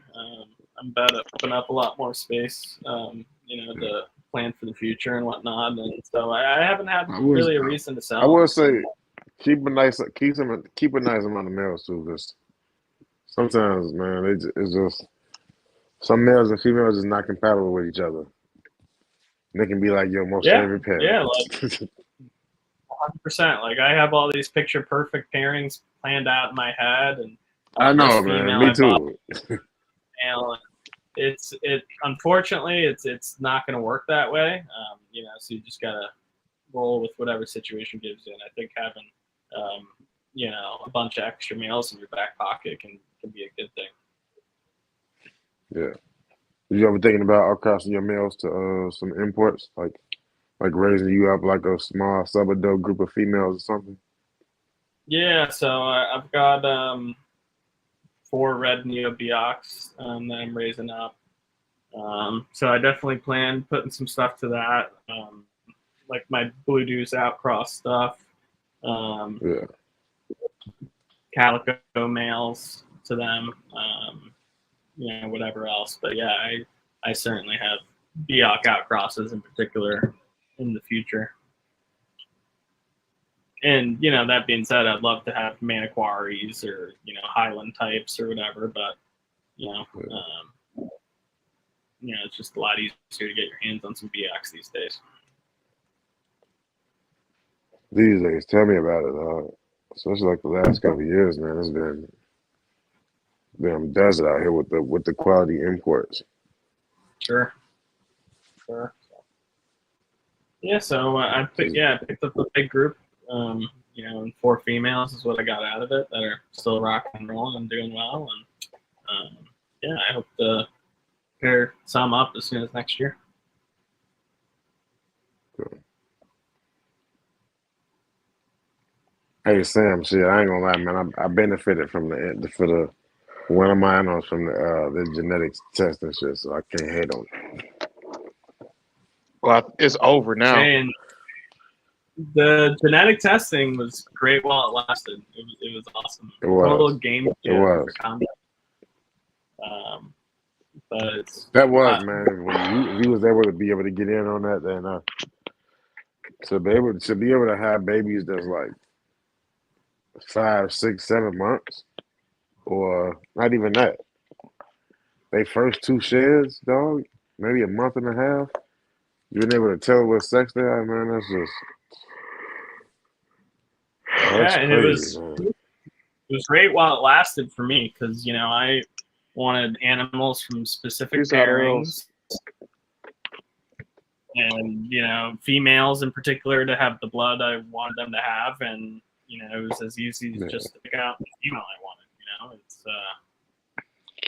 It would be great to have these days, especially when all I need is females. But just got to do it the way that it's always been done. You could probably get some of these nicer imports, but it's gonna take you a hell of a long time. You're gonna have to be on some type of waiting list. Yeah. It's not like it was in like 2019. Yeah, I have a pretty specific criteria for what I need to bring in, and just play the waiting game. Yeah, that's smart. Yeah, that's smart, man. You gotta be picky. Yeah, and I only buy Neos, and I try and get them as young as possible, and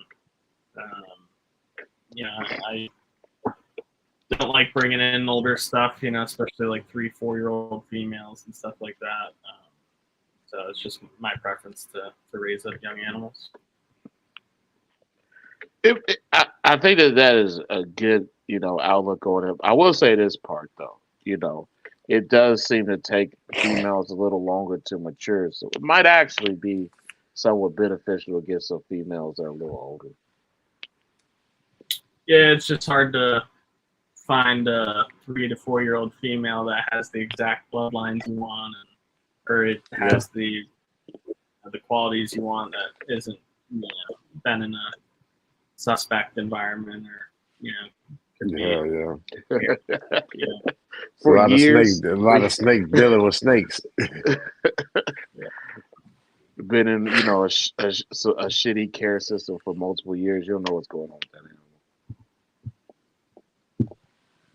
Yeah, and it's I've got my group of guys I buy stuff from, and it's good to buy stuff. When you buy stuff and they're going through all the same protocols you are, and have the same level or that you like to see and all that fun stuff. That's a good segue. Hey man, how do you, since you usually get in Neos, like how does your quarantine look for Neos when you get them in?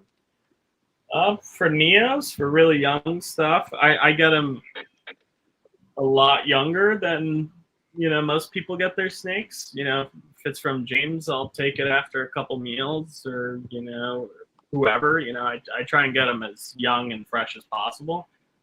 And knowing how the people I buy stuff from work with their snakes in terms of preventing cross-contamination and just their daily routine and how they work with their animals. I don't have too many concerns, especially, with everything I just outlined. So I keep them in a separate rack in the same room for a little bit, a good period of time. And, the young stuff just fits right in the mix after a couple months. And I've NIDO tested really young animals. I just kind of, when it's a very fresh baby, I try to avoid putting them through that and potentially causing issues. So, when it's an appropriate time, and they're at a decent size, I NIDO test everything. Everything gets tested on a regular basis, and it's worked out pretty good for me. How's it been breeding? How was it breeding the bloods? Yeah, so I bred blood pythons this year, which was for the first time, right? Yeah, AM terrestrials these days. I just did whatever I would do to any other python. For them, I no, you can't really say that accidentally. Because the ball python people say they just throw them together. They don't do no cooling, none of that shit. Yeah, so the bloods, I have a decent group of blood pythons now. I've got like 25 bloods, and I have them in the room right next door to me, which is my cold room. So they got to get out of there very soon. But so they just I dropped the nighttime temps.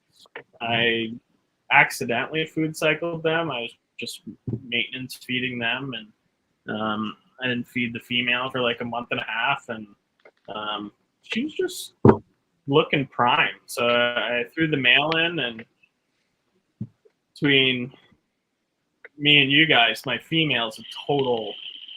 All my bloods are honest can be, just docile animals, a pleasure to work with. But my big female is just out of her mind. Probably one of the craziest snakes I've ever worked with.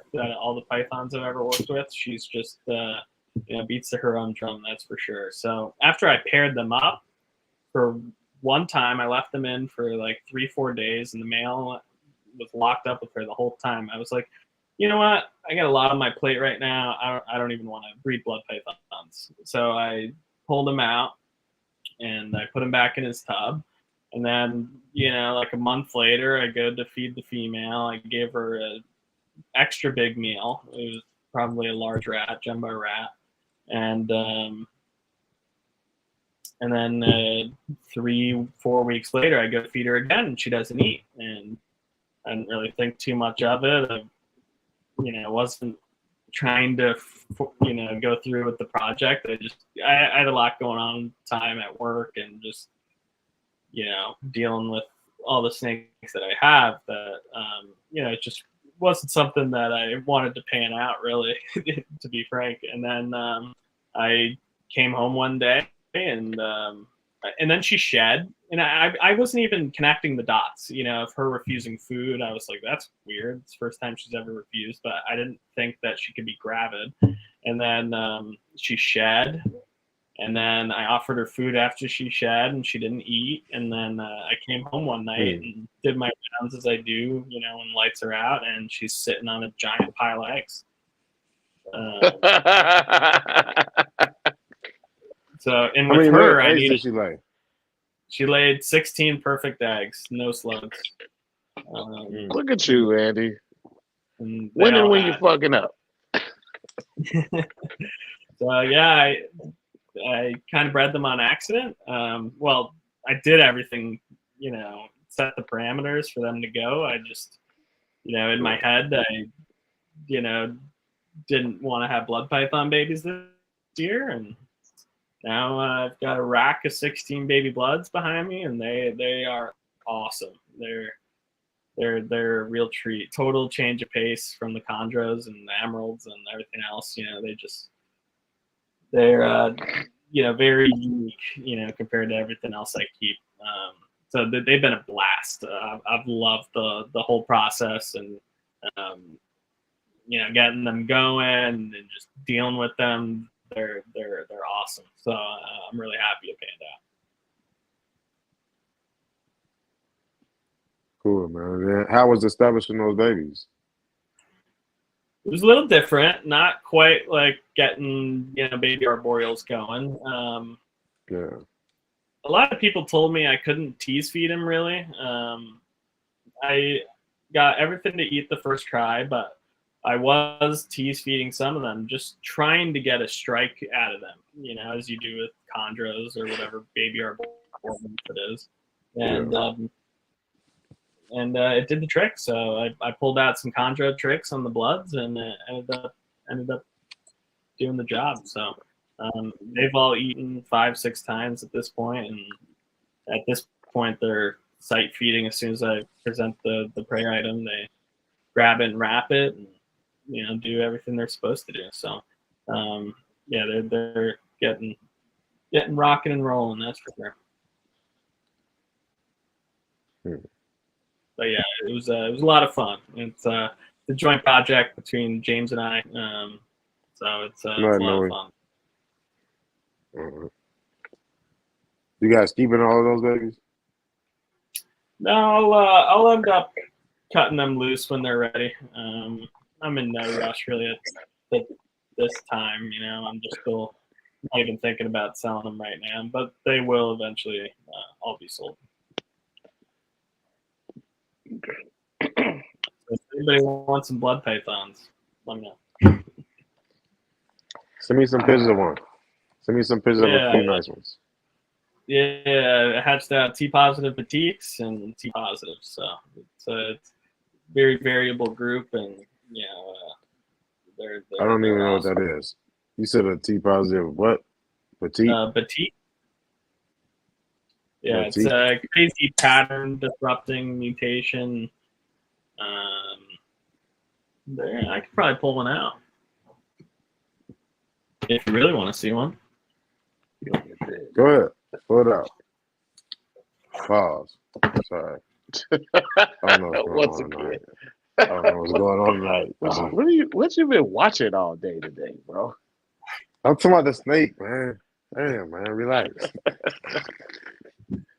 You been watching Big Black Grease Butts 15 again? No, man. I was in the gym. I was in the gym working out.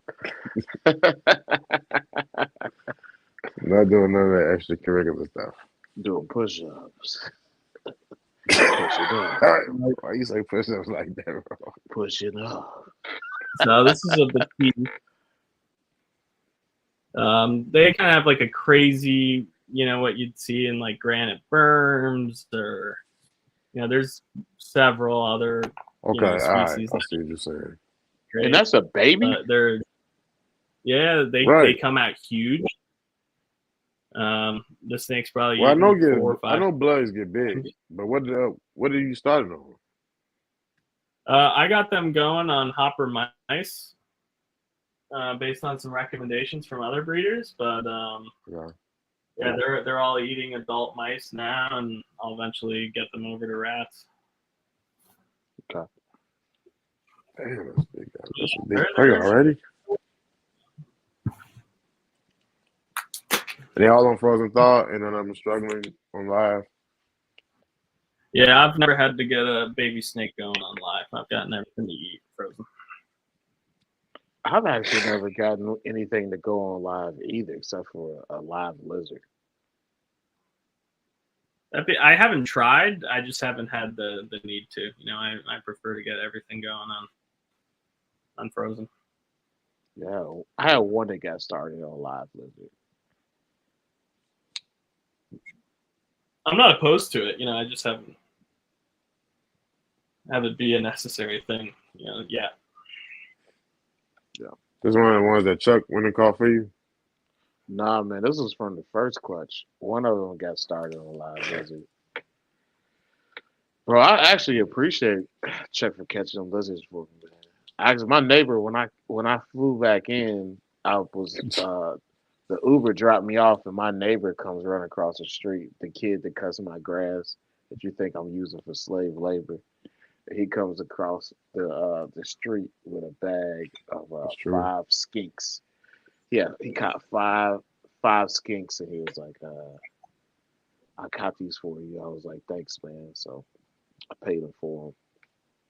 You gave him $4. I gave him $5 per lizard. Wow, you cheap, man. You bogus. You give him $5. He gave you 4 skinks. Come on, man. That's what I paid. That's what I paid the other dude when he shipped the snakes. I paid him. I actually paid him less than that per lizard. You a cheapskate, man. He going out there catching them for you sweat. It's What I actually mean, really man. cool right now. He's not sweating. He's all right. You don't judge his labor. It's crazy. You Americans, wow.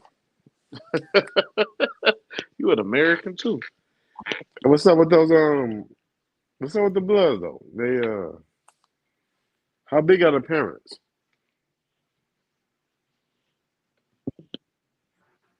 The female is a big girl. She's probably right around 6 feet and 20 pounds, I'd say. Fuck, man. 15, 20 pounds. She And, said 20 pounds. Oh, never mind.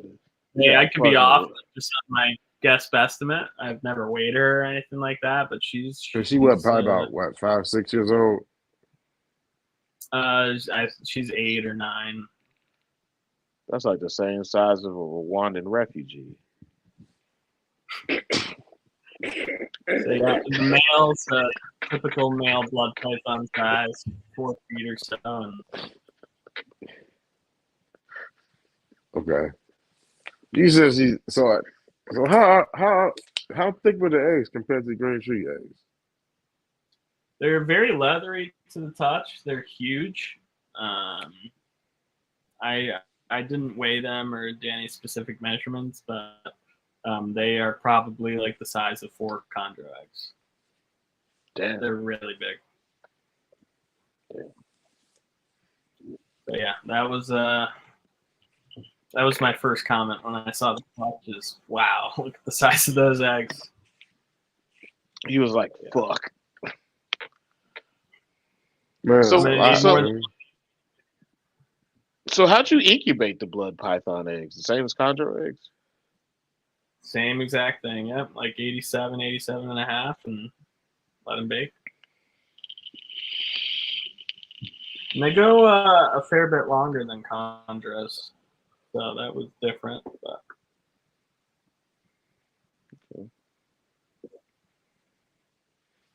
yeah.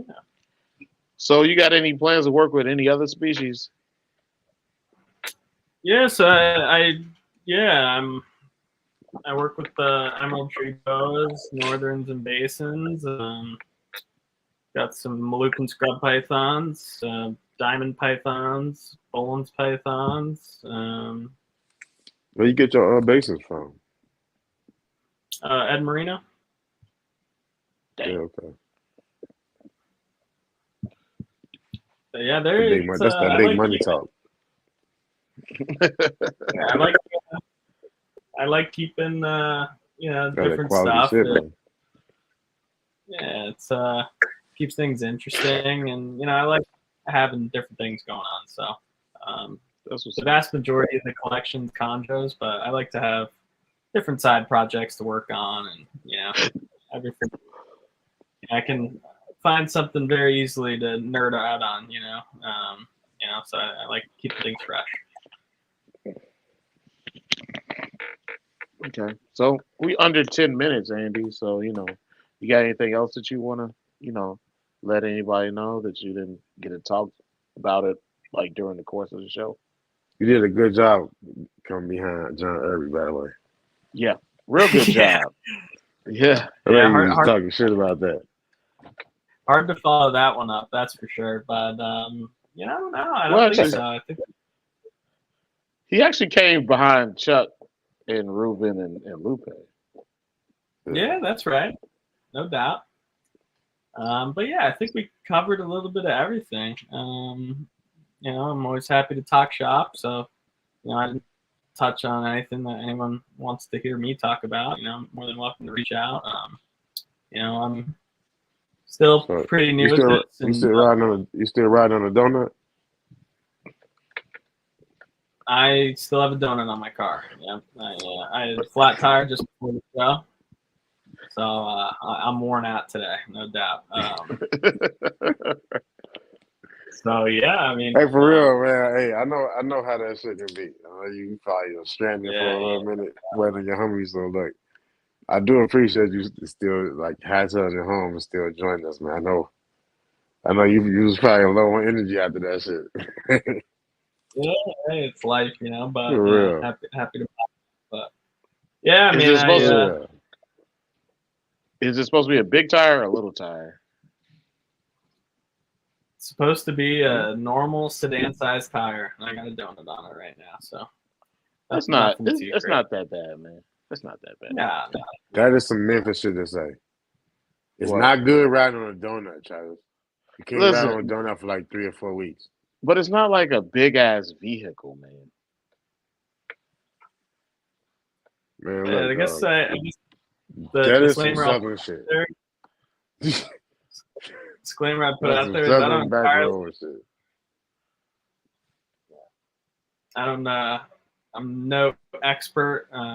Certainly don't have the years of experience that a lot of your other great guests have and the stuff they talked about on the show. Just have great friends, and got really lucky with the group of people I hang out with, and it's one thing I'd recommend to everybody. Get a good circle of people you can bounce stuff off of, and just got different opinions on different stuff. It's it could be the difference. So it's that's really it. Don't sell yourself short, Andy. Like, don't. You did a really good job, man. And you're really doing a lot. You don't need years and years up under your belt to get us on. You know what I'm saying? And that's one thing about the we rock with people that rock with us. Go ahead. Yeah. My fault. No, you good. So that's one of the biggest things about the Chondro Bar Room is like you don't have to be a big breeder at all to come on the Chondro Bar Room. We just enjoy dealing with the people we enjoy dealing with. This isn't one of those shows where you got to be, doing some super crazy shit.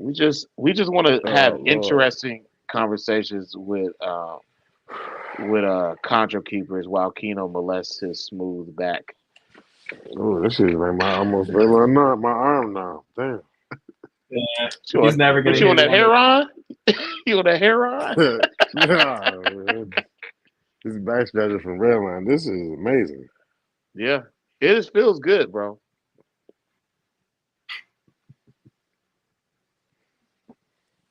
Okay.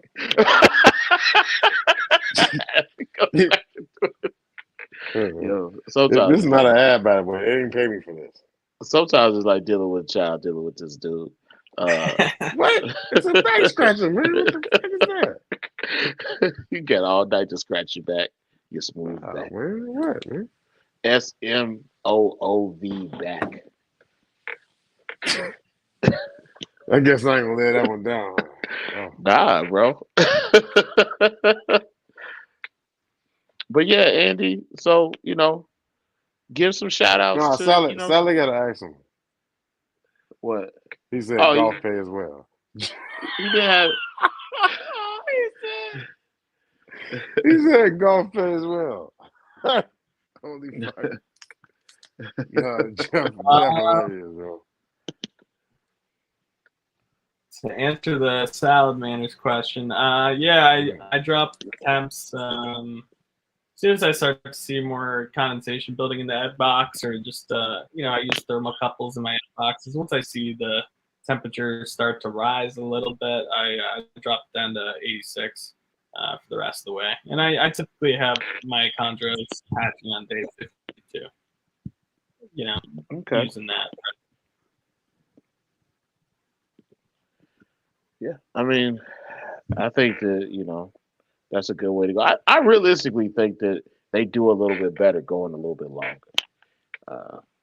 I know some people like to get them hatched as fast as possible, but they seem to be doing it a little bit better when they sit in there a little bit, a few extra days. Sure. Yeah.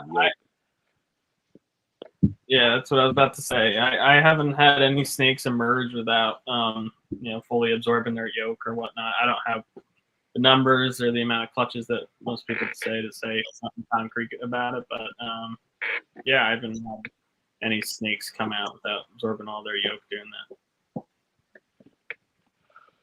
Yeah. Well, give some shout outs to Hey, some people that one of mine came out the egg and started drinking the other one next to it, yolk. Yeah, that's right. That nasty motherfucker. That's some shit that would happen in Keno's house.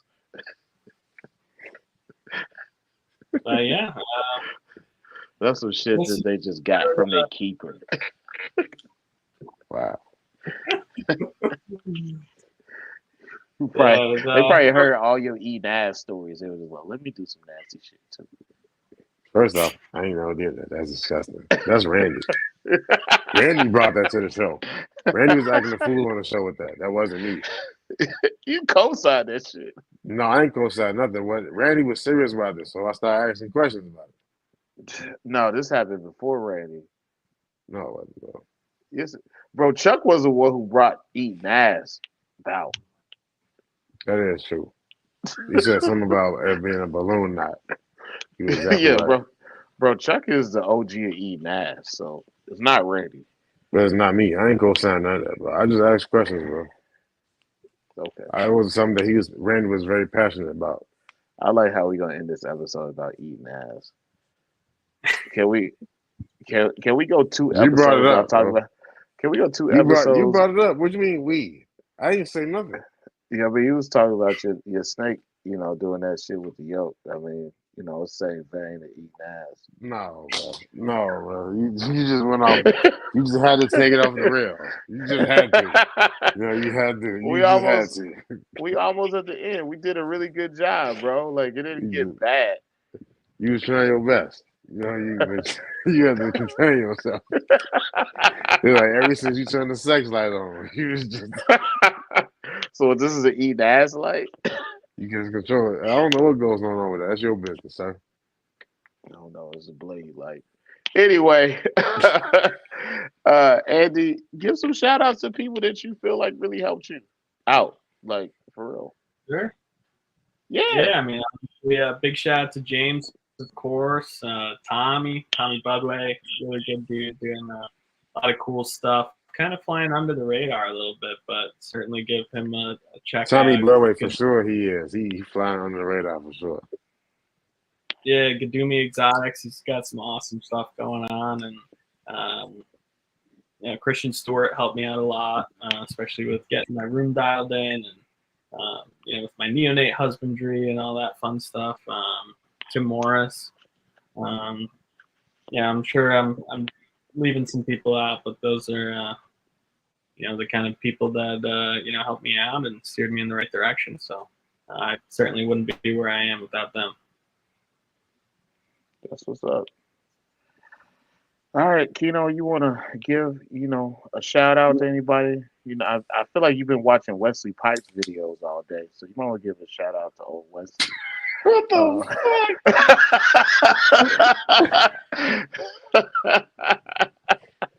I don't even know who that is, man. You know who that is. You know who the fuck Wesley Pipes is, my guy. I don't know. I don't Yes, know you do. who is. Wow, that's crazy, bro. This is wild, bro. This is Wesley Pipes taught Keno everything he knows. beyond me. Nah, I just want to give a shout out to everybody that was at the Timothy. After I say that, then Drake comes in. Mention Wesley Pipes, then Drake comes. There you go. There you go. There you go. That's between you and him. You know, y'all realize that we getting a peek. We getting small peeks into Travis's character. What character flaw is this now? Blade, Wesley Pipes, Boots, Memphis, Ike. It's the whole thing. It's Blade talk, being preferential to women with lighter skin. It's just, listen. Ike Turner. Everything that you do here is be. Ike Turner has his shortcomings as a man. Strong backhand. He is definitely a Memphis music icon. Wow. He is. Wow. He is. With that being said, we are going to sign off for the night. we want to thank y'all for coming through. This has been another episode of the Chondro Bar Room. I want to thank Andy again, and y'all have a good night. Booth. Sing that song. Take care, guys. Thanks. Peace, y'all. All right, Andy. Peace, y'all. Next week.